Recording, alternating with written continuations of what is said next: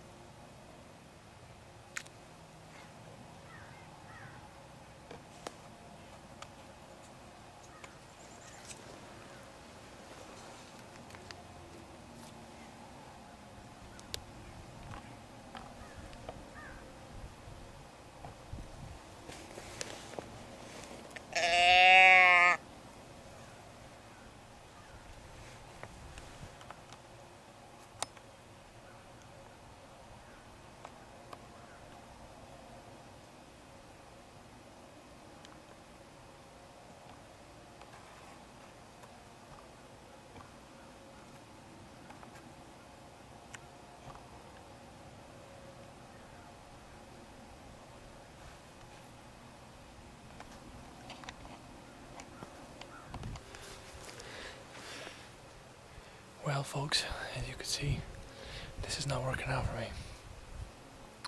I've seen 9 deer so far, okay? None presented a shooting opportunity. I just saw a doe with 2 fallen. Came from the southeast corner of this field, and came directly downwind from me. Couldn't bust me, couldn't smell me at all. I was really happy about that. Came along, but made a little detour around 60 yards out. Went into the woods, came out on the other side, north side of me, at 55. I've never shot that far out. So I took a shot and shot under the doe. I know it's not the smartest thing, but so those 3 ran away. I'm hoping something's gonna show up, and hopefully this hunt will end on a good note. It's exciting. It's very exciting, but we need to get something in the shooting range so I can record it.